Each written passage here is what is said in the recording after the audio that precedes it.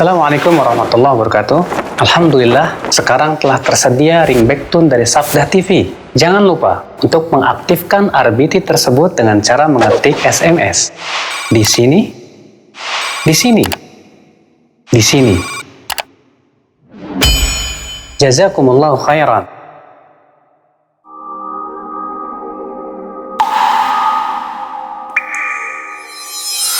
Sabda TV. Alhamdulillah, wassalatu wassalamu ala rasulillah Nabina Muhammadin wa alihi wa sahbihi wa man walah.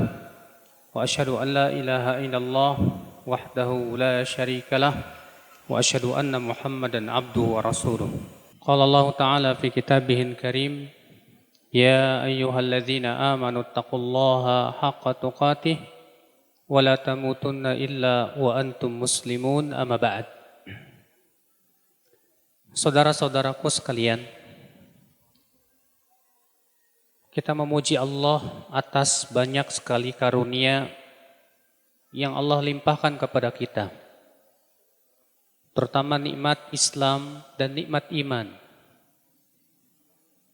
Dan saya juga berterima kasih kepada Bapak Kapolres yang telah mengundang saya kemari untuk sedikit memberikan apa yang saya miliki sesuai dengan kemampuan ilmu saya,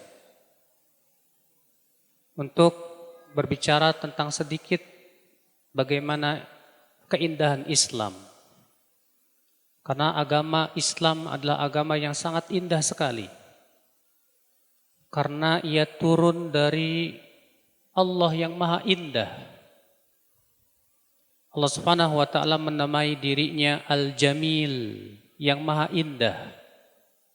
Maka pasti agama yang Allah turunkan pun juga sangat indah sekali.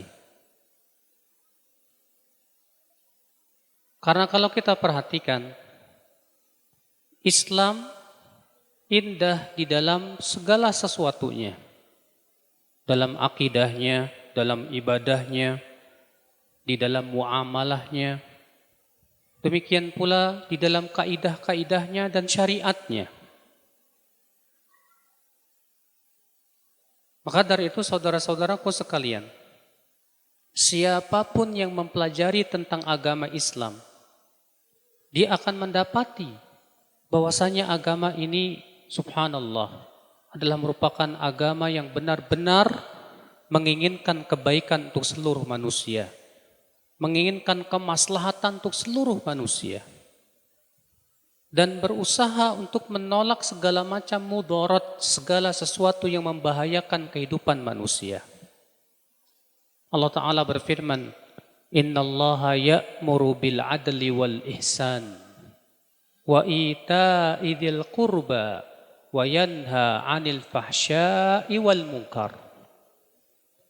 Sesungguhnya Allah memerintahkan kepada keadilan wal ihsan dan perbuatan ihsan, yaitu perbuatan baik. Semua keadilan, semua perbuatan baik diperintahkan oleh Allah Subhanahu wa ta'ala. Baik itu perbuatan baik kepada diri kita sendiri, atau kepada keluarga kita, atau kepada tetangga kita, ataupun bahkan kepada pemimpin kita, kepada semua manusia. Sebagaimana Rasulullah SAW bersabda dalam hadis yang dikeluarkan oleh Muslim, innallaha katabal ihsana ala kulli syai'. Sesungguhnya Allah mewajibkan perbuatan ihsan atas segala sesuatu. Saudara-saudaraku sekalian, maka kewajiban kita sebagai seorang muslim untuk berbuat ihsan dalam segala tingkah laku kita, dalam ucapan kita, di dalam perbuatan kita, di dalam berbicaranya kita. Usahakan kita berbicara semuanya dengan ihsan. Walaupun tentunya saudaraku sekalian, ihsan yang diinginkan oleh Allah adalah ihsan yang sesuai dengan keinginan Allah Subhanahu wa ta'ala. bukan ihsan menurut keinginan hawa nafsu kita. Karena yang menurut kita baik belum tentu di sisi Allah baik. Yang menurut kita tidak baik belum tentu di sisi Allah tidak baik. Allah Ta'ala berfirman, wa asa an takrahu syai'a wa huwa khairul lakum. Wa asa an tuhibbu syai'a wa huwa syarrul lakum. Wallahu ya'lam wa antum la ta'lamun. Boleh jadi kamu tidak menyukai sesuatu, padahal itu baik buat kamu.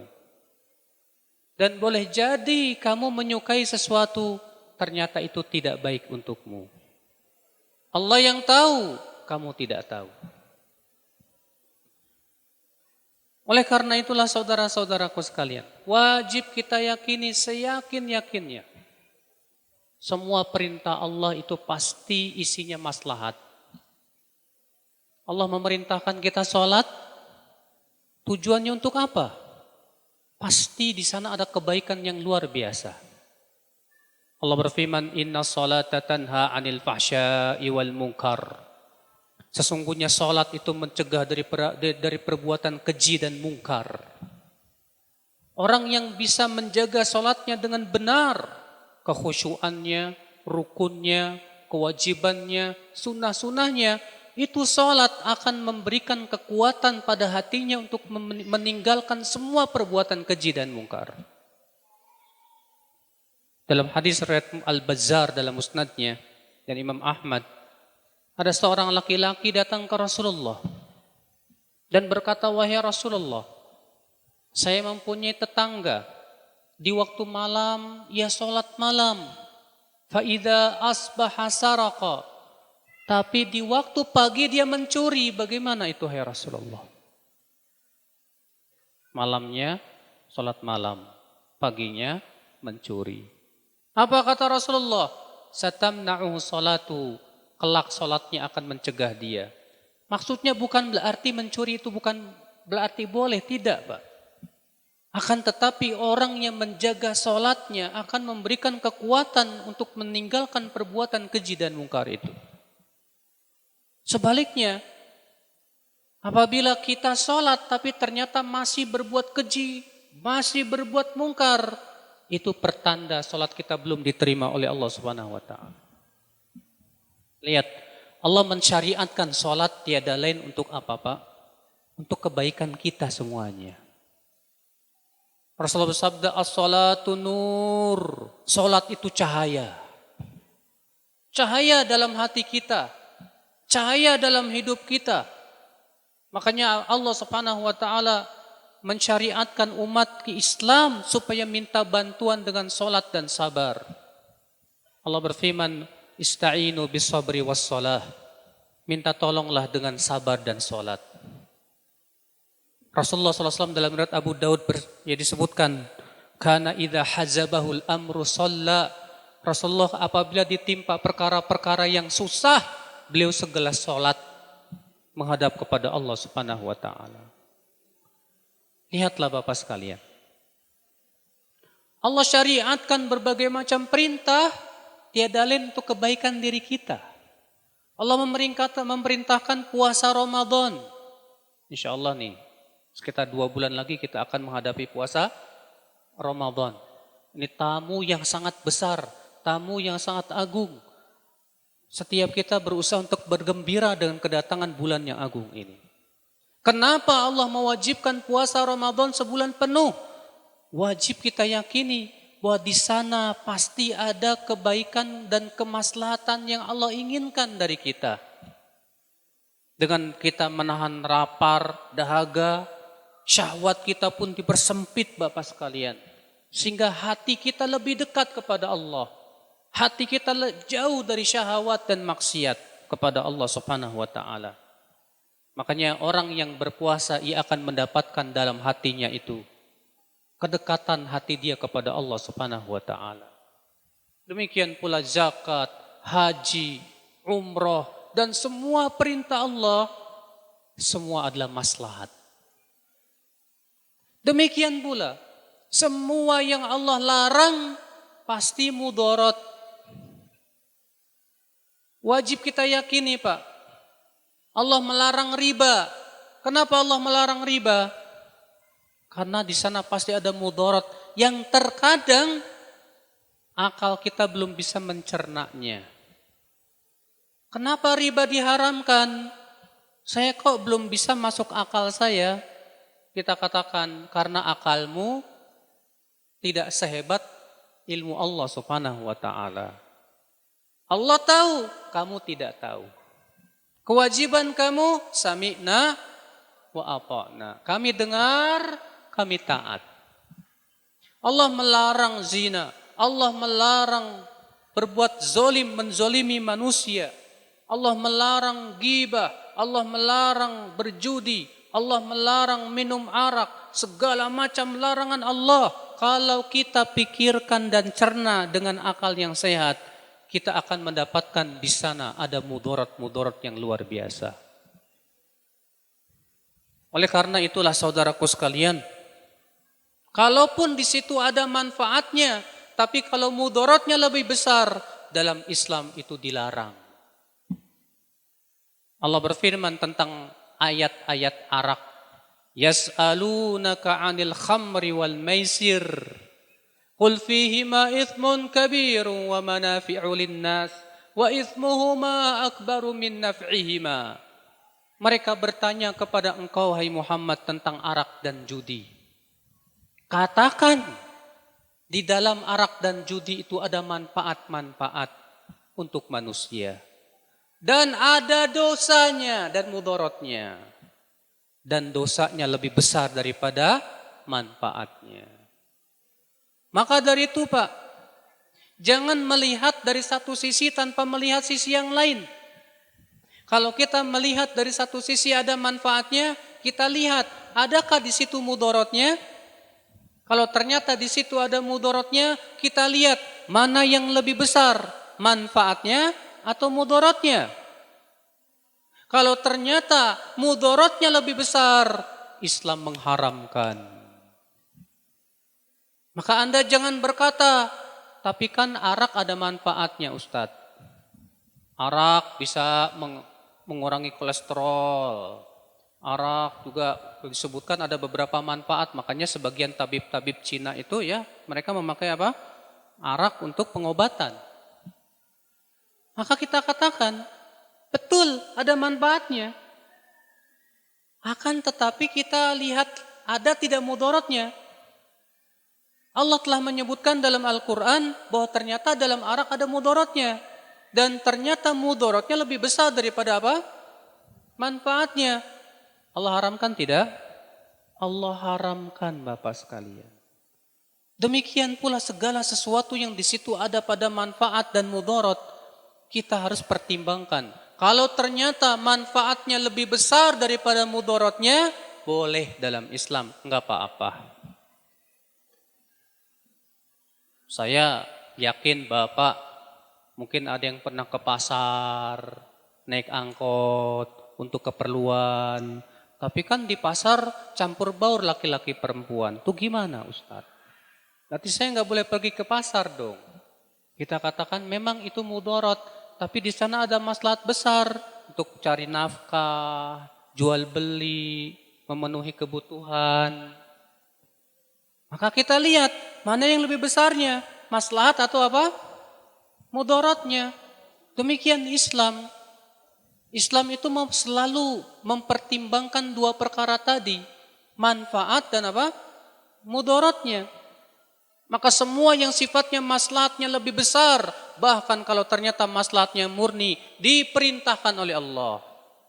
Dan semua mudarat yang lebih besar, maka itu dilarang oleh Allah Subhanahu wa taala. Saudara-saudaraku sekalian, terkadang perintah Allah itu tidak sesuai dengan keinginan kita. Bahkan seringnya begitu. Larangan Allah itu rata-rata sesuai dengan syahwat kita. Makanya banyak orang yang berat meninggalkan larangan Allah. Ya tidak Pak? Iya. Karena memang demikian Allah telah menjadikan. Ternyata memang surga itu berat, tidak mudah. Buat masuk surga itu butuh perjuangan melawan hawa nafsu. Maka saudara-saudaraku sekalian, tapi lihat, inilah Islam indah sekali. Walaupun itu berat buat kamu, tapi kalau itu manfaat buat kamu, lakukan dan lawan hawa nafsu.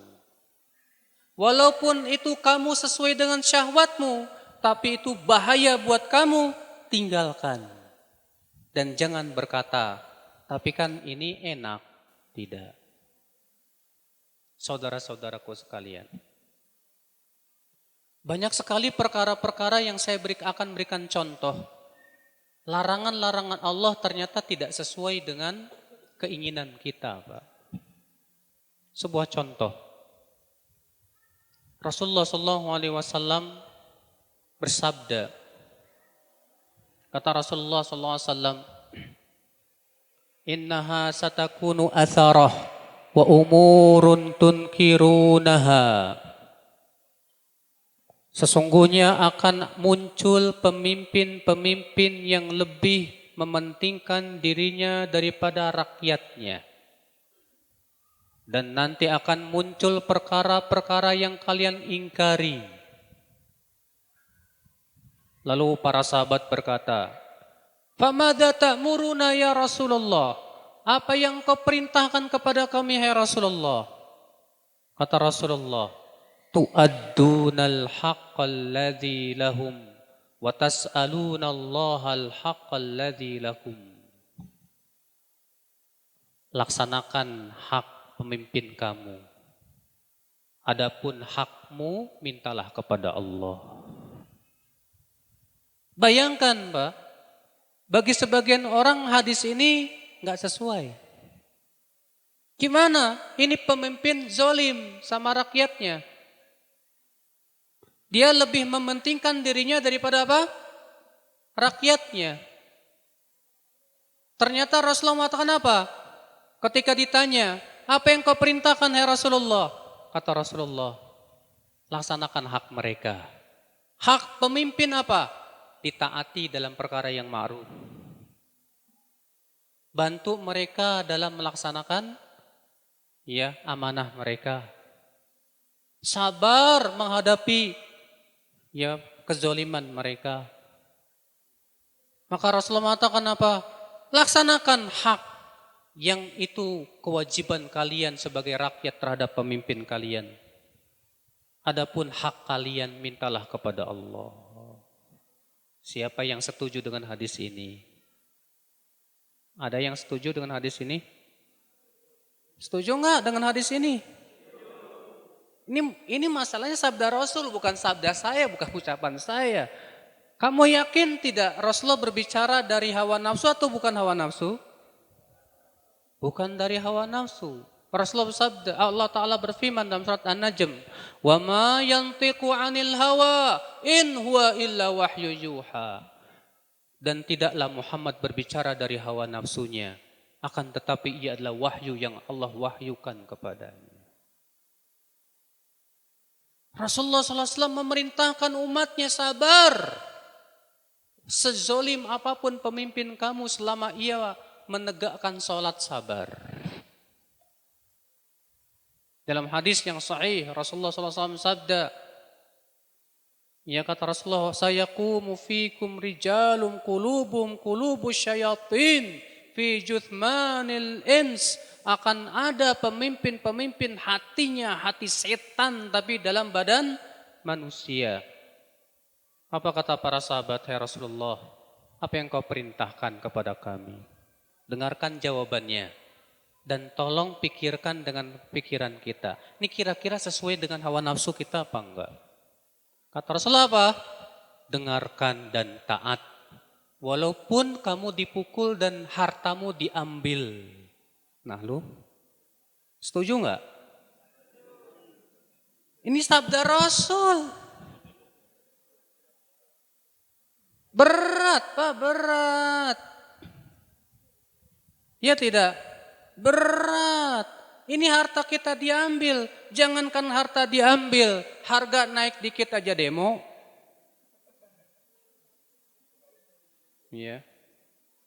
Ternyata Rasulullah mengatakan apa? Dengar, taat, sabar dalam perkara yang ma'ruf tentunya ya, bukan menaati dalam maksiat. Ya. Dengar dan taat, walaupun kamu dipukul, hartamu diambil. Allahu Akbar. Banyak di antara kita, Pak, nggak setuju dengan hadis ini. Hah, apa ini hadis? Ya. Tapi masalahnya kita bertanya, Rasulullah berbicara bukan dari hawa nafsu, Pak. Tapi Rasulullah berbicara dari wahyu Allah Rabbul Izzati wal Jalalah. Dan yakini, Pak, yakini semua perintah Allah pasti apa? Maslahat. Dan semua yang dilarang oleh Allah pasti apa? Mudarat. Mudarat. Wallah. Saya pernah sampaikan hal ini kepada sebuah kajian. Lalu ada seorang preman berkata, sampai kapan kita sabar terus? Nah ini Pak. Saya katakan, ada sebuah hadis, Rasulullah bersabda, Inna satakunu atharah, nanti akan ada pemimpin-pemimpin yang al-atharah, yang lebih mementingkan dirinya daripada rakyatnya. Atas apa? Fasbiru, sabarlah kalian sampai berjumpa denganku di telaga Haud. Jadi sabarnya sampai kapan? Sampai kapan? Sampai berjumpa dengan Rasulullah SAW di telaga. Siapa yang ingin berjumpa dengan Rasulullah di telaga Haud, silahkan sabar. Tapi kalau Anda tidak sabar dan memilih memberontak, Anda tidak akan berjumpa dengan Rasulullah di telaga Haud. Ingatkan itu, ingat saudaraku. Ini contoh Pak, hadis-hadis yang tidak sesuai dengan hawa nafsu kita. Tapi seorang mukmin yang yakin bahwa perintah Allah dan Rasulnya pasti itu maslahat, dia akan mengedepankan Allah dan Rasulnya. Abu Rafi, seorang sahabat Nabi berkata apa? Nahana Rasulullah SAW melarang kami an qira'il ardi, untuk mengkira tanah. Mengkira tanah itu, misalnya Anda punya tanah kerjasama sama petani. Tapi tata cara pembagian keuntungannya itu bukan dengan prosentasi, Pak. Misalnya keuntungan buat kamu sebelah sini, buat saya sebelah sini. Nah, itu dilarang oleh Rasulullah. Apa kata Abu Rafi? Rasulullah melarang dari mengkira tanah. Padahal itu manfaat buat kami. Tapi menaati Allah dan Rasulnya lebih bermanfaat buat kami. Subhanallah. Yakin Pak? Imam Ahmad bin Hanbal disiksa 2 tahun lamanya. Hanya karena dipaksa mengatakan Al-Quran makhluk. 2 tahun. Dicambuk. Disuruh mengatakan Al-Quran makhluk. Gak mau. Setelah 2 tahun beliau dibebaskan. Ketika sampai di rumahnya, beliau dalam keadaan Masya Allah. Sudah hancur. Datang para fuqaha Baghdad. Lalu mereka berkata kepada Imam Ahmad, wahai Aba Abdillah, pemimpin kita ini sudah hancur begini. Bagaimana kalau kita memberontak ayah Abu Abdillah? Kita insya Allah punya kekuatan Abu Abdillah. Tapi Imam Ahmad tidak berkata dengan hawa nafsu, Pak. Padahal beliau sudah disiksa 2 tahun lamanya. Apa kata Imam Ahmad? La tanzi'unna min ta'ah. Jangan cabut ketaatan kalian kepada pemimpin kalian. Ad-dima. Lihara darah kaum muslimin. Jangan sampai gara-gara kalian darah kaum muslimin tertucur. Masya Allah. 2 tahun lamanya disiksa, ternyata diajak memberontak, gak mau. Mungkin kalau kita, wadah, ayolah, kurang ajar itu. Ya. Imam Ahmad enggak. Imam Ahmad mengatakan, sabarlah. Tapi Pak, apakah dengan kata sabar artinya Allah akan diam tidak menolong kita? Salah besar Pak. Karena Allah berfirman, innallaha ma'as sabirin. Sesungguhnya Allah bersama orang yang sabar. Setelah sabar, Imam Ahmad bersama kaum muslimin Ahlussunnah, ternyata tak lama kemudian pemimpin yang Mu'tazilah, pemikiran Mu'tazilah dan kejam itu wafat. Diganti oleh pemimpin Al-Mutawakkil 'ala Allah namanya. Rupanya dia sangat cinta Ahlussunnah. Dia cinta Imam Ahmad bin Hanbal. Maka Imam Ahmad dihormati, diagungkan seagung-agungnya. Ahlussunnah wal Jamaah pun aman lagi. Masya Allah. Karena kesabaran. Makanya hasil kesabaran itu lebih manis dari madu. Jangan Anda katakan, kita sabar, Allah diam. Ini suudzon kepada Allah Subhanahu wa ta'ala. Kita sabar sambil terus memberikan nasihat yang bermanfaat dan masukan-masukan yang bermanfaat. Maka saudara-saudaraku sekalian, inilah Islam, agama yang sangat indah dan wajib kita yakini Islam itu indah. Saudara-saudaraku sekalian, Islam itu indah dalam masalah muamalah dengan manusia. Baik sesama muslim maupun kepada non-muslim. Islam itu indah. Kepada sesama muslim bagaimana indahnya Islam. Rasulullah SAW bersabda, al-muslim akhul muslim. Muslim itu saudara muslim yang lainnya. La yadhlimuh, tidak boleh ia mendoliminya. Wala yakhdhuluh, tidak boleh ia cuek, tidak mau bantu kesusahannya. Ya. Bihasbi imri'in minasyarr an yahqira akhahul muslim. Cukuplah bagi seseorang muslim itu keburukan ketika ia menganggap remeh muslim yang lainnya. Tuh lihat Pak. Muslim, saudara muslim yang lainnya. Kita semua bersaudara. Kita semua bersaudara di atas keislaman, keimanan kepada Allah Rabbul Izzati wal Jalalah. Allah berfirman, innamal mu'minuna ikhwah. Kaum mukminin semua bersaudara. Maka jangan dikotak-kotakan oleh ikatan-ikatan yang membuat kita terpecah-pecah. Gara-gara beda partai nggak mau salam, nggak mau tegur sapa. Situ milih siapa? Saya milih ini. Kamu milih apa? Kamu bukan teman saya. La ilaha illallah. Muslim, saudara muslim. Anda muslim, saya muslim. Selama kita sholat dan sujud kepada Allah, Anda saudara saya. Namun bukan berarti persaudaraan Islam tidak ada saling menasehati, bukan. Karena saling menasehati memang harus Pak. Karena Allah mengatakan, wal asri innal insana lafi khusrin illal ladzina amanu wa amilus salihat wa tawasaw bil haq wa tawasaw bis sabr.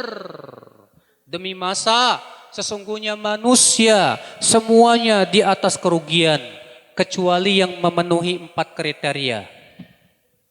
Apa 4 kriteria itu? Beriman. Yang kedua apa?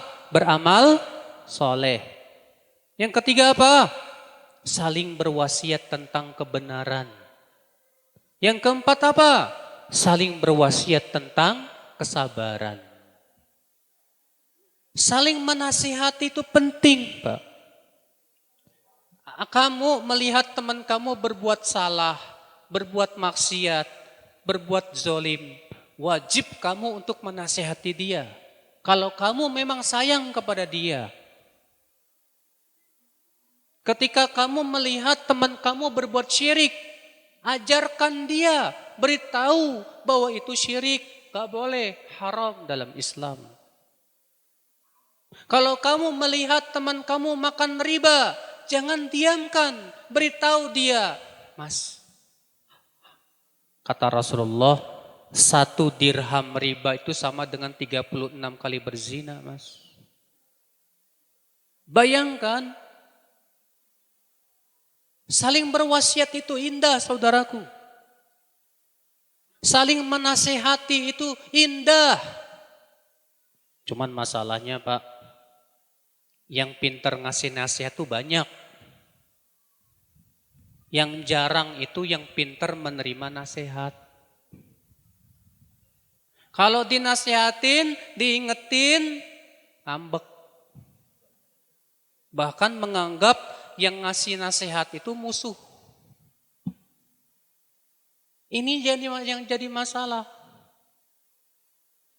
Seorang mukmin, inilah keindahan akhlak Islam, menerima nasihat yang benar dari siapapun yang mengucapkan itu. Selama itu nasihatnya benar ya. Ketika ada orang yang ngasih nasihat dan kita memang salah, kita katakan apa? Masya Allah, terima kasih akhi. Anda sudah menyelamatkan saya dari api neraka. Masya Allah. Al-Imam Al-Zahabi dalam kitab Syiar A'lamin Nubala ketika menyebutkan biografi Ibrahim bin Adham. Ibrahim bin Adham berkata, Ma'arafallah man ahabba syuhrah. Belum mengenal Allah orang yang masih pengen atau orang yang cinta ketenaran. Apa kata Imam Ad-Dhahabi, Pak, ketika mengomentari perkataan Ibrahim bin Adham ini? Kata kata Imam Ad-Dhahabi, alamatul mukhlis, tanda orang yang ikhlas, annahu idza iba ala fi'lih lam yuharrid wa lam yusir. Tanda orang yang ikhlas itu, kalau ia diingatkan kesalahannya, hatinya tidak panas dan tidak ngeyel. Balik taraf, justru ia mengakui kesalahannya. Wa yaqul, dan ia berkata, Rahimallahum ra'an ahda ilayya uyubi. Semoga Allah merahmati orang yang mengingatkan kesalahan diriku. Semoga Allah merahmati orang yang mengingatkan kesalahanku. Masya Allah. Ini yang kayak ginian jarang nih Pak. Di zaman ini. Kalau dikasih nasihat dengan baik, dengan tutur kata yang sopan, dan ternyata dia salah, dia berkata, terima kasih akhi, kamu sudah memberikan saya nasihat. Kalau zaman sekarang mau enggak Pak, malah marah. Allah kamu sok suci, sok pinter kamu. Kalau kita dikasih nasihat dan nasihatnya benar, hati kita panas, tahu enggak Pak? Itu sebetulnya ada sedikit kesombongan di hati kita.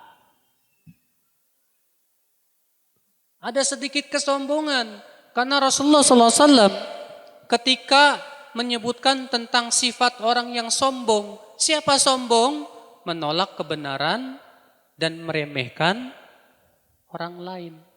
Kalau ada yang menasihati kita dan nasihatnya benar, kita tolak.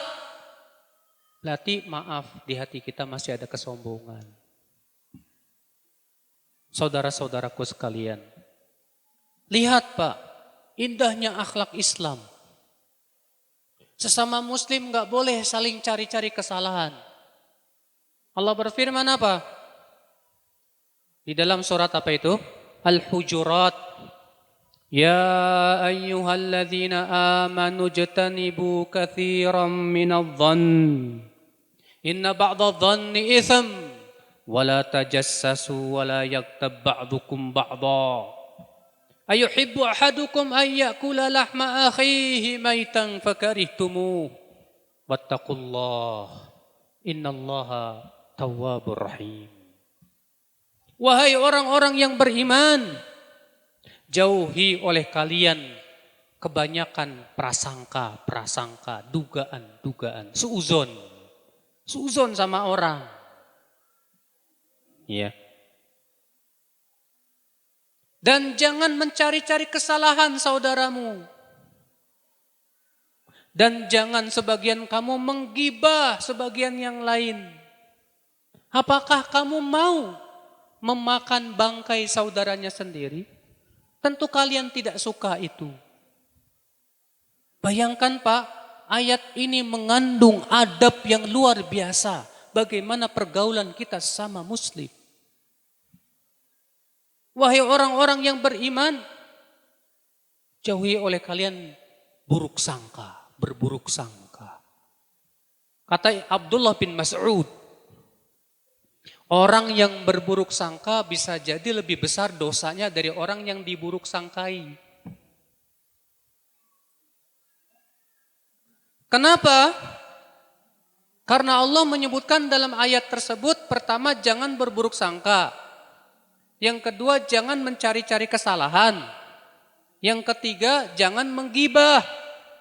Kata Syekh Abdurrahman As-Sa'di dalam kitab Taisir Karimir Rahman, ini menunjukkan bahwa dosa buruk sangka bisa menjatuhkan pelakunya kepada dua dosa yang lain. Dari buruk sangka, cari-cari kesalahan. Dari cari-cari kesalahan, gibah. Bapak misalnya kehilangan sesuatu. Terus Bapak tiba-tiba buruk sangka sama teman Bapak tanpa ada bukti. Jangan-jangan si Fulan nih. Kalau sudah buruk sangka pasti Bapak akan cari-cari kesalahan dia. Kalau sudah begitu, suudon. Apa suudon lagi? Gibah. Tapi Ustadz, kalau saya buruk sangka sama maling boleh enggak? Makanya Allah mengatakan apa? Inna ba'dadh-dhanni itsm. Sebagian buruk sangka itu dosa. Berarti sebagian lagi dosa. Contoh, kamu ngelihat malam-malam jam 12 ada orang yang naikin pagar rumah orang. Boleh enggak kita suudzon, buruk sangka? Boleh enggak Pak? Boleh. Kalau kita, kamu jangan suudzon dulu. Mungkin, kok ngapain jam 1 malam dia ngeloncatin pagar orang? Kalau bukan maling kan? Kalau seperti ini, kalau memang ada perkara yang mengharuskan kita berburuk sangka, boleh kata para ulama. Ada hal-hal yang mengharuskan kita buruk sangka, enggak masalah. Yang enggak boleh itu kepada orang yang soleh orangnya, tidak melakukan perbuatan yang perlu dicurigai, tiba-tiba buruk sangka sama dia. Jangan-jangan dia yang nyuri. Buktinya mana? Kayaknya. Loh kok kayaknya? Hati-hati loh. Buruk sangka sama sesama muslim itu enggak boleh. Dosa besar di sisi Allah Subhanahu wa taala. Maka Allah mengatakan, jangan jauhi oleh kalian berburuk sangka. Sebagian berburuk sangka itu dosa. Wala tajassasu, jangan cari-cari kesalahan. Kecuali kata Rasulullah apa? Kecuali kalau memang dia melakukan kesalahannya terang-terangan, Pak. Kalau dia terang-terangan di jalan mabok-mabokan, dia terang-terangan di jalan berbuat dosa, yang seperti ini kata Rasulullah tidak dimaafkan. Rasulullah bersabda, kullu ummati mu'afan illal mujahirin. Dalam hadis riwayat Bukhari, setiap umatku dimaafkan kecuali yang terang-terangan berbuat dosa. Maka yang seperti ini kata para ulama digibah pun gak apa-apa. Karena dia sudah berani-berani terang-terangan berbuat apa? Kejahatan, dosa yang seperti ini gak apa-apa. Kalau Bapak misalnya tahu nih orang senang menyebarkan berita hoax. Dan Bapak tahu pelakunya. Kalau dia itu sumber berita hoax, nggak masalah Pak. Kita bilang ke orang-orang, hati-hati kalau dapat berita dari dia. Dia itu suka nyebarin berita hoax. Supaya tidak ada orang yang terpengaruh, tidak ada orang yang termakan oleh berita hoaxnya tersebut. Nggak masalah dalam Islam seperti itu kata para ulama. Iya. Makanya saudara-saudaraku sekalian, inilah lihat Islam, Masya Allah. Kita tidak boleh saling bersuudzon kepada sesama muslim. Kita tidak boleh mencari-cari kesalahan kepada sesama muslim. Kita semua bersaudara, saudara-saudaraku sekalian, ikhwatul Islam, azan ya Allah wa ya.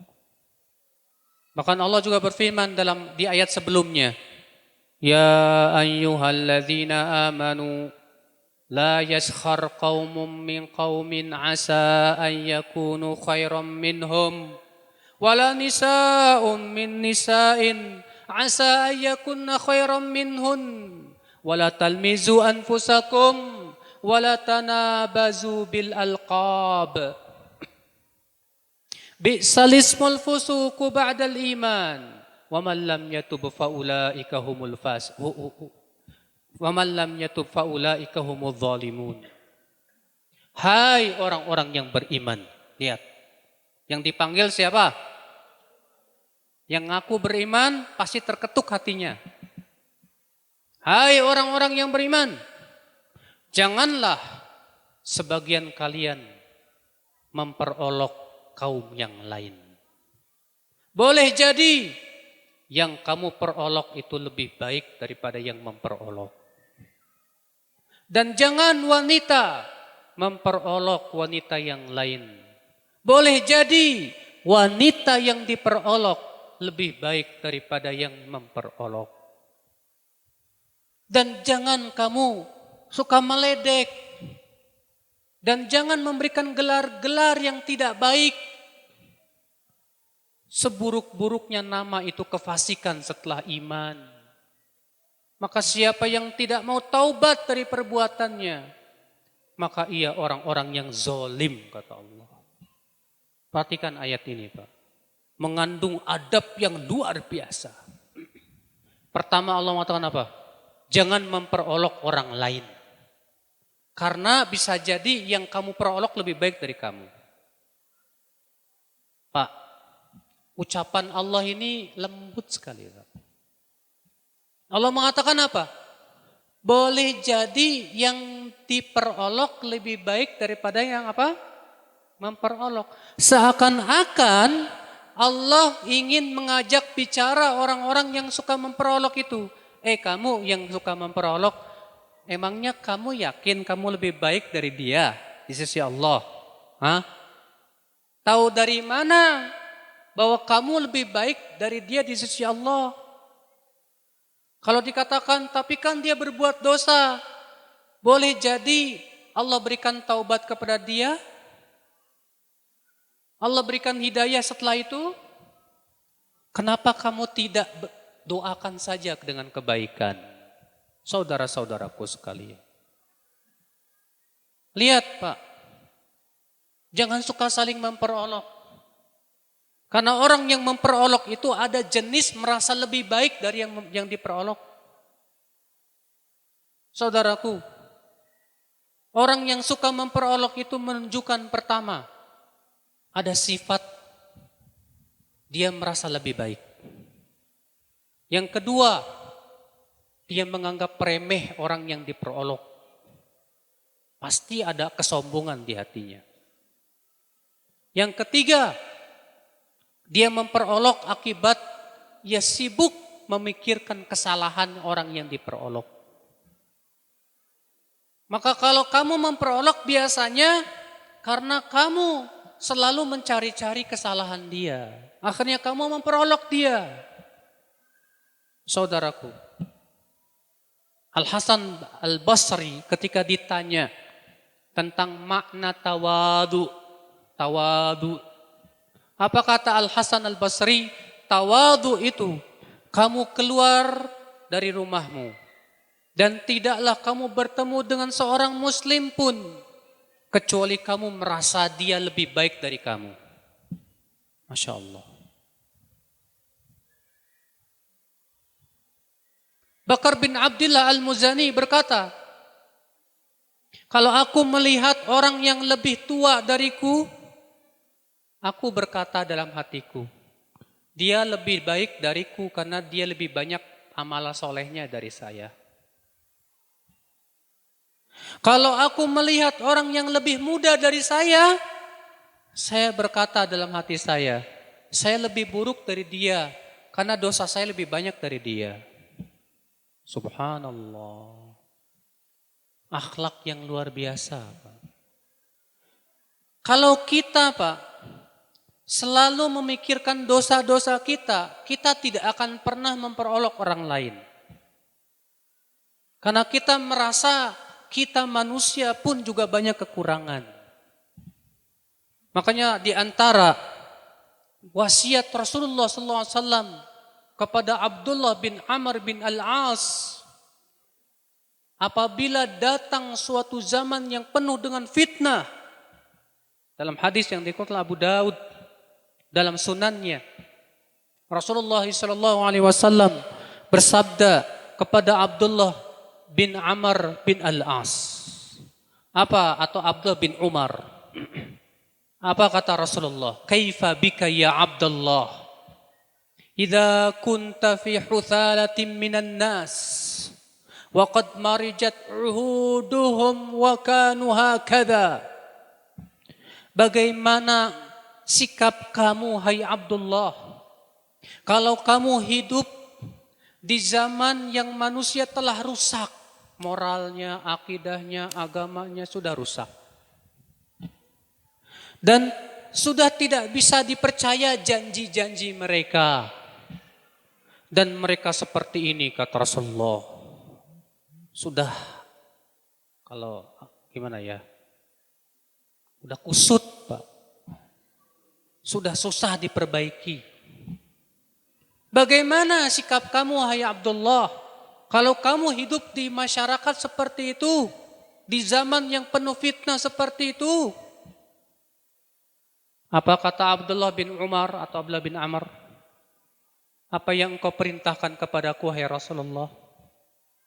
Kata Rasulullah, ilzam baitak wa khudh ma ta'rif wa da' ma tunkir wa 'alaika bi khassati nafsik wa da'anka amral awam. Banyak-banyaklah kamu tinggal di rumahmu.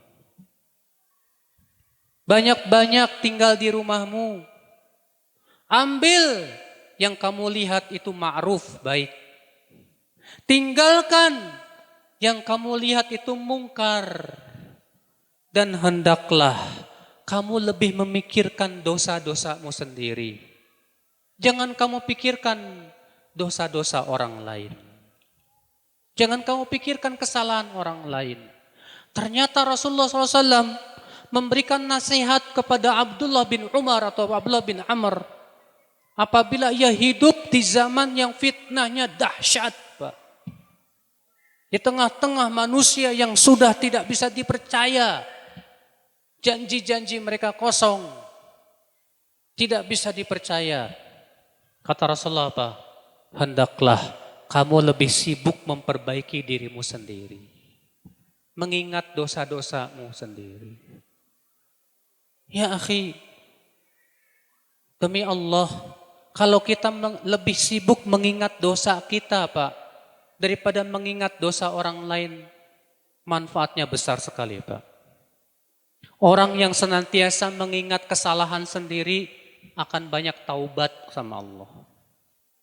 Orang yang banyak mengingat dosanya sendiri akan menjadi tawadu dan tidak pernah merasa dirinya lebih baik daripada orang lain. Orang yang senantiasa ingat dosanya sendiri akan jauh dari ghibah dan memperolok manusia. Ini wallah, manfaatnya sangat banyak sekali. Maka inilah saudara-saudaraku sekalian, inilah Islam. Agama kita luar biasa sekali, Bapak sekalian. Islam di dalam bergaul, bahkan kepada non-muslim, memerintahkan kita bersikap apa? Adil. Bersikap adil. Allah berfirman, La yanhakumullah anil ladina lam yuqatilukum fid din wa lam yukhrijukum min diyarikum an tabarruhum wa tuqsitu ilaihim innallaha yuhibbul muqsitin. Dalam surat Al-Mumtahanah, Allah tidak melarang dari orang-orang kafir yang tidak memerangi kalian dan tidak mengusir kalian dari negeri-negeri kalian untuk kalian berbuat baik kepada mereka dan bersikap adil kepada mereka. Sesungguhnya Allah mencintai orang-orang yang bersikap apa? Adil. Lihat Pak, kalau non-muslim itu tetangga kita, ingat dia punya hak ketetanggaan. Kata para ulama, tetangga itu 3 macam. Yang pertama, tetangga muslim dan kerabat. Maka ia ada 3 hak. Hak yang pertama hak kekerabatan, hak yang kedua hak sesama muslim, hak yang ketiga hak tetangga. Yang kedua, tetangga muslim tapi bukan kerabat. Maka dia punya 2 hak. Hak sesama muslim, hak tetangga. Yang ketiga, tetangga yang non-muslim. Maka dia punya 1 hak, hak tetangga. Apa hak tetangga? Tidak boleh mengganggunya. Tidak boleh menyakiti hatinya. Berusaha memberikan hadiah kebaikan kepadanya. Bayangkan Pak, ada seorang wanita dilaporkan kepada Rasulullah dan hadisnya sahih dari Imam Ahmad dalam musnadnya. Dilaporkan kepada Rasulullah bahwa wanita ini banyak sholat sunnahnya, banyak puasa sunnahnya, banyak sodakohnya. Tapi sayang, ia suka menyakiti tetangganya dengan lisannya. Apa kata Rasulullah? Dia termasuk penduduk api neraka. Masya Allah. Padahal sholatnya rajin. Puasanya rajin. Sodakonya banyak. Ternyata gara-gara lisannya suka menyakiti tetangganya. Kata Rasulullah apa? Dia termasuk penduduk api neraka.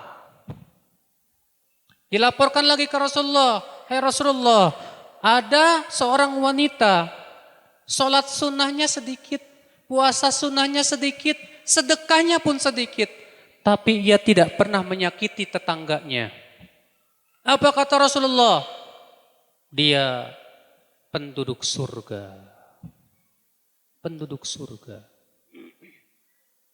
Maka saudara-saudaraku sekalian, lihat Islam, bahkan Pak, dalam peperangan pun Islam sangat adil Pak. Rasulullah SAW berwasiat kepada panglima-panglima perangnya. Jangan bunuh wanita, jangan bunuh anak-anak, jangan menghancurkan tempat-tempat ibadah. Jangan membunuh orang-orang yang sedang beribadah dan mengganggu yang ada di ibadah di mana? Tempat-tempat ibadah mereka. Itu dalam perang, gimana dalam aman? Coba Pak. Rasulullah SAW melarang untuk membunuh utusan-utusan dari negeri-negeri ya kafir di zaman Rasulullah SAW. Bagaimana Islam akan mengizinkan membom misalnya kedutaan besar Amerika dan yang lainnya? Ajaran mana itu? Enggak mungkin dari Islam. Membom gereja dalam perang aja haram. Apalagi bukan dalam peperangan. Itu ajaran siapa? Bukan dari Islam. Wallahi. Kalau ada orang Islam melakukan perbuatan itu, saya yakin itu orang bodoh Pak. Bin bego.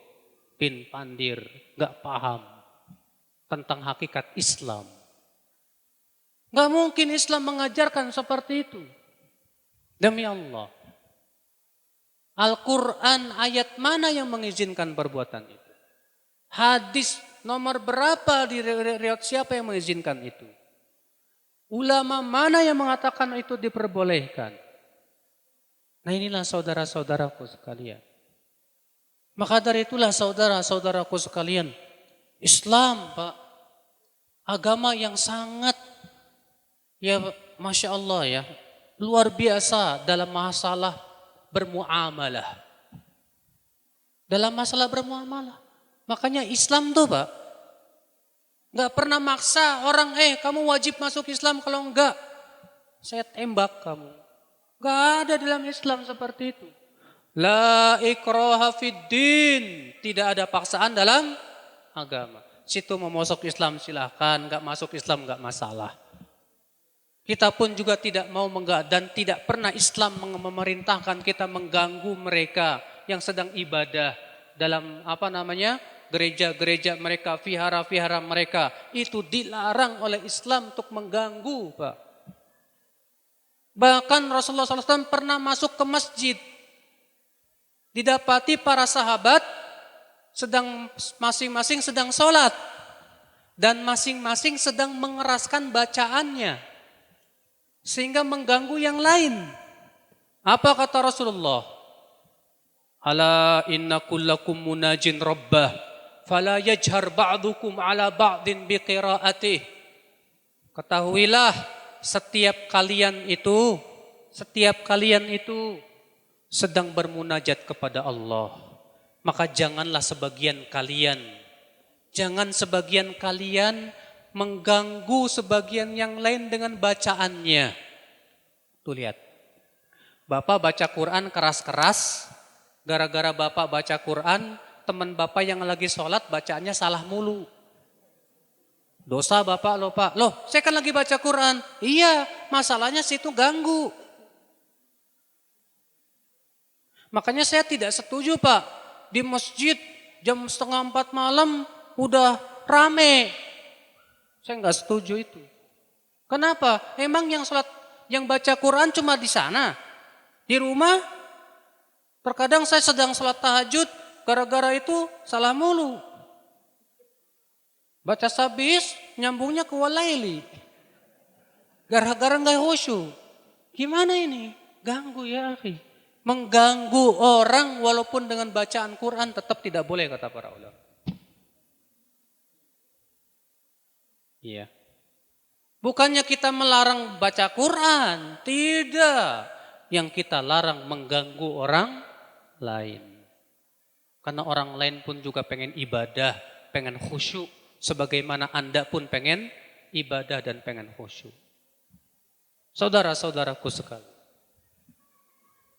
Lihat Islam agama yang indah.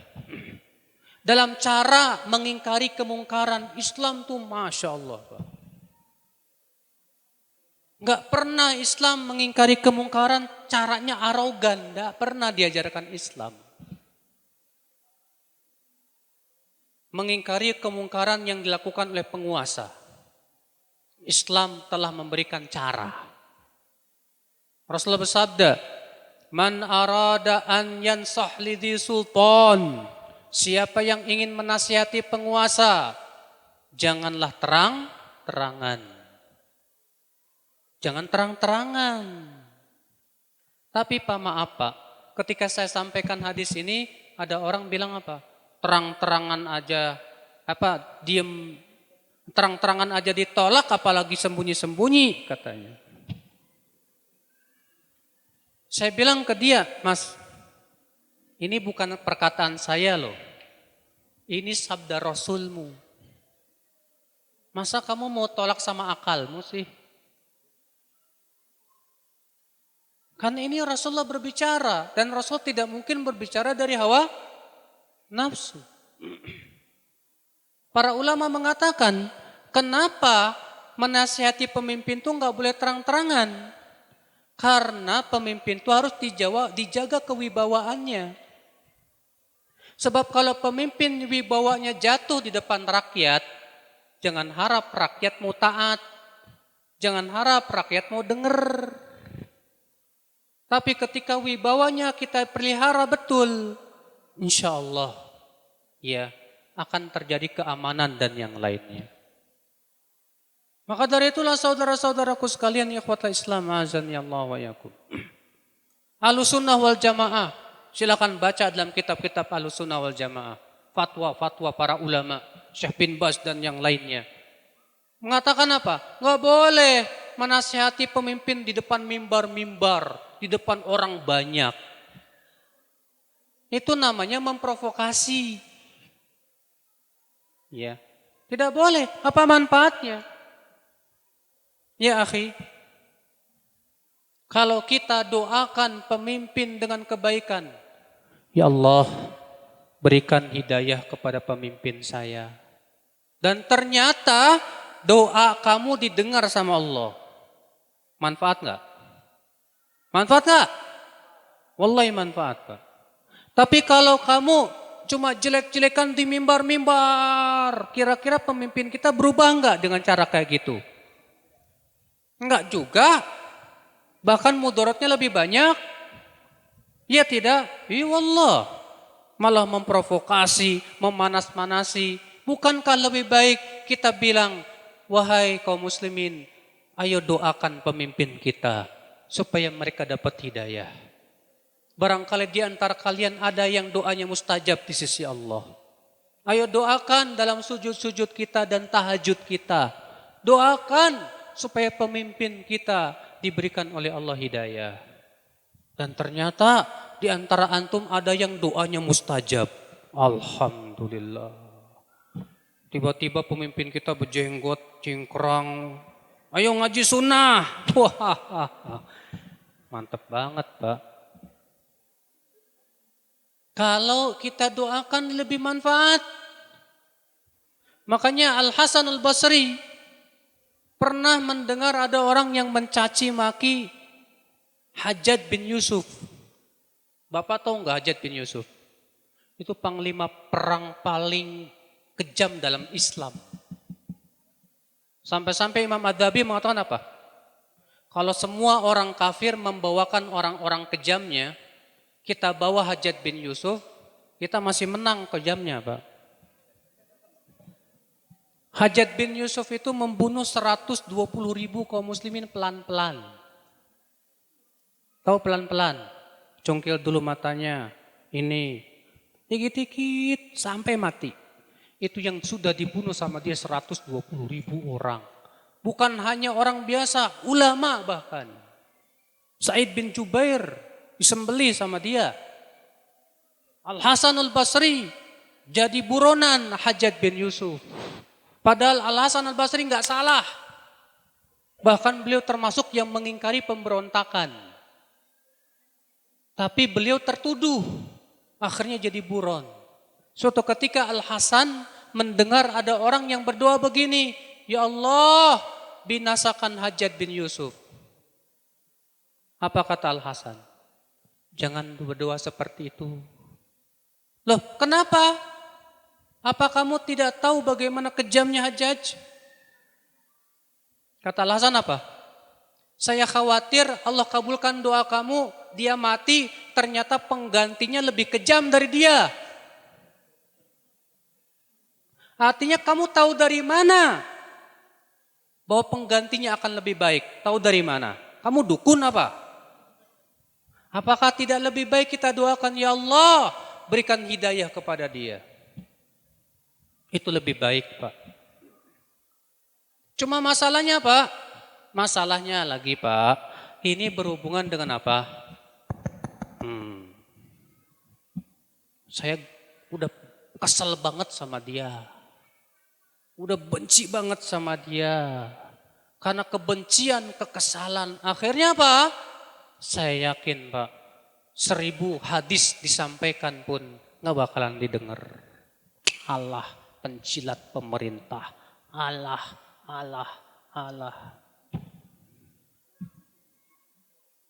Ya. Sementara kita Bapak sekalian Kita menyampaikan ini bukan dalam rangka ingin menjilat, tidak. Tapi ini memang perintah Allah Rabbul Izzati wal Jalalah yang disampaikan oleh Rasulullah dan para ulama. Tiada lain adalah untuk memelihara apa? Keamanan negeri, Pak. Wallahi, kalau kita praktekkan ini, aman negeri ini insya Allah. Aman. Maka dari itulah saudara-saudaraku sekalian, wahai para pecinta sunnah Rasul, mengikut jejak salafus saleh, para sahabat, para tabi'in, para tabi'ut tabi'in. Lihatlah petuah-petuah para ulama terdahulu, banyak dalam kitab-kitab mereka. Dengarkan mereka, perhatikan mereka. Jangan ledek mereka. Cuma qadarullah, Pak, orang-orang yang tidak suka dengan fatwa-fatwa seperti ini. Wah, ngomongnya macam-macam tuh, Pak. Di Facebook, di Instagram, dan yang lainnya. Iya. Kenapa? Karena tidak sesuai dengan tujuan dan kepentingan mereka. Ya Allah. Bapak sekalian, ikhwatal Islam, azani Allah wa yakum. Kenapa sih Islam enggak boleh, Pak, menjelek-jelekan pemimpin? Sekarang setiap pemimpin naik dijelek-jelekin, turun lagi, naik, turun lagi, naik, turun lagi. Kira-kira sampai kapan seperti itu coba? Situ menjagokan pemimpin yang ini, pas dia yang naik dijelek-jelekin sama lawannya. Jatuh lagi, yang ini naik pemimpin, jelek-jelekin sama lawannya. Ngapain coba? Apa manfaatnya? Apa seperti itu? Akan menjadi beres? Tidak akan beres seperti itu, wallah. Makanya sebaik-baik solusi, Islam sudah memberikan solusi yang terbaik sudah. Kalau pemimpinmu zalim, sabar kata Allah dan Rasulnya. Kalau pemimpinmu adil, alhamdulillah, kita bantu dia sebantu-bantunya. Bukan berarti kita ridho kepada kezaliman pemimpin, tidak, Pak. Kita tidak boleh hati kita ridho terhadap kezaliman siapa? Pemimpin. Kalau pemimpin kita zalim, hati kita mengingkari. Tapi lisan kita berdoa supaya Allah berikan dia hidayah. Saudara-saudaraku sekalian, ikhwata Islam azani Allah. Dalam mengingkari sesama kita, Pak, Islam juga luar biasa, Pak. Lihat Rasulullah SAW dan para sahabatnya sedang duduk di masjid. Masuk orang Arab Badui ke masjid. Mau ngapain? Sholat. Kencing. Kencingnya bukan di WC, di masjid. Kalau kamu ngelihat ada orang tiba-tiba masuk sini kencing gimana? Waduh, kurang ajar. Masjid dikencingin. Kamu bakalan apa? Kafir ini orang. Masak masjid dikencingin. Lihat. Orang Arab Badui masuk masjid, kencing di masjid. Para sahabat marah, ingin mengingkari. Apa kata Rasulullah kepada para sahabatnya? Da'u. Biarkan. Sampai selesai dulu. Setelah selesai, baru Rasulullah menasihati orang Arab itu. Apa kata Rasulullah kepada orang Arab ini? Masjid itu hanyalah untuk sholat dan zikir. Bukan untuk itu. Melihat akhlak Rasulullah yang luar biasa. Orang Arab Badui ini berdoa, ya Allah, sayangi aku dan Muhammad saja, yang lain jangan disayangi. Lihat, Pak, Rasulullah SAW kenapa melarang para sahabat mengingkari? Karena mengingkari di saat itu mudaratnya jauh lebih besar. Bayangkan orang lagi kencing ditarik di ini kemana-mana, Pak. Kencingnya ke sana kemari, kena sahabat, kena ini. Untuk mencucinya lebih sulit. Maka Rasulullah berkata biarkan. Lalu Rasulullah menasihati. Karena orang bodoh, gak paham. Berapa banyak orang-orang yang berbuat maksiat terkadang karena ketidaktahuan. Karena ketidaktahuan. Ya Allah. Beberapa tahun yang lalu ada salah satu televisi swasta punya program mendakwahi pelacur di tempat prostitusi dengan cara buka bersama dan ceramah. Salah satu ustadz kita diminta. Tadinya merasa ragu ustadz kita, masa ceramah di tempat prostitusi gimana ini? Tapi sebagian teman-teman bilang coba aja dulu Ustadz, mudah-mudahan nih baik. Ceramah pertama, Masya Allah. Itu Pak, pertama kali dia ceramah, dia sentuh hati, tidak langsung mengatakan, woi kalian pelacur, enggak. Diingetin tentang kita ini makhluk Allah, hamba Allah. Diingatin bahwa kita tujuannya ibadah kepada Allah. Diingatkan tentang kematian. Itu kata teman saya itu, subhanallah Ustaz. Itu pelacur-pelacur pada nangis Ustaz. Ya. Masya Allah. Sampai mereka berkata begini, Ustaz, ini yang kami harapkan. Akhirnya apa?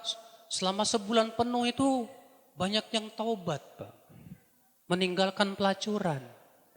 Jadi nggak perlu diserbu, dihancur-hancurin. Kalau seperti itu caranya, besok-besok dibangun dengan yang lebih mega. Rata-rata begitu. Tapi diketuk hatinya. Diketuk fitrahnya. Diingatkan tentang tujuan hidupnya, kamu akan kemana. Diingatkan bahwa dia hamba Allah. Banyak itu Pak. Akhirnya mereka kembali kepada Allah. Mereka tinggalkan prostitusi. Karena apa? Ternyata mereka masih punya fitrah. Masih punya fitrah. Nah inilah. Jadi Islam itu Pak indah. Bagaimana cara mengingkari kemungkaran. Enggak kekerasan. Kata para ulama apa? Yang boleh melakukan pengingkaran dengan kekerasan hanya orang-orang yang punya kekuasaan. Orang-orang yang punya kekuasaan, merekalah yang boleh dengan tindakan kekerasan. Adapun kita yang rakyat, nggak boleh Pak. Bikin, ayo serbu, hancurin, dah selesai. Apa seperti itu maslahat? Wallahi tidak maslahat. Ya. Maka saudara-saudaraku sekalian, inilah agama kita yang luar biasa indah. Kita bersyukur kepada Allah. Pelajari agama kita ini Pak. Perdalam agama kita ini Pak. Tapi ingat, jangan pelajari dengan otak sendiri. Rujuk para ulama. Kitab-kitab ulama banyak, alhamdulillah. Ketika baca Quran, jangan ambil ayat pahami sendiri. Bahaya. Tapi kamu lihat bagaimana Ibnu Katsir menafsirkan ayat ini. Imam At-Tabari, Imam Al-Qurtubi, Imam Al-Ghaub Al-Baghawi. Para ulama sudah meninggalkan warisan yang luar biasa. Mereka yang paling paham tentang makna-makna ayat Al-Quran. Biasakan begitu supaya terbimbing pemikiran kita. Banyak pemuda-pemuda yang terkena pemikiran takfir, ISIS, menghalalkan pelaku dosa besar hak darahnya, mudah mengkafirkan dan yang lainnya. Ini akibat daripada itu Pak. Terkena dai-dai para penyeru kepada hal itu. Makanya ya akhwal Islam, untuk mengatasi seperti ini harus ya para ulama memahamkan, menyadarkan, mendakwahkan tentang hakikat pemahaman yang sahih terhadap Al-Quran dan hadis Nabi SAW.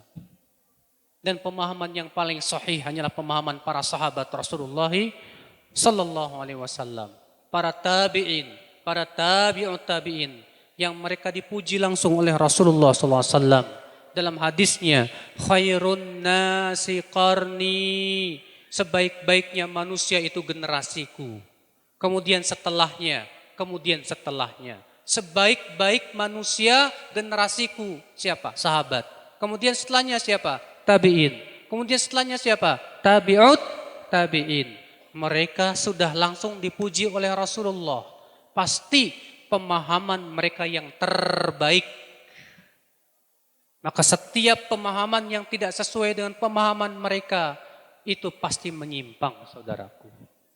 Makanya Imam Syafi'i tegas sekali dalam kitab-kitab beliau mengharuskan kita mengikuti pemahaman para sahabat.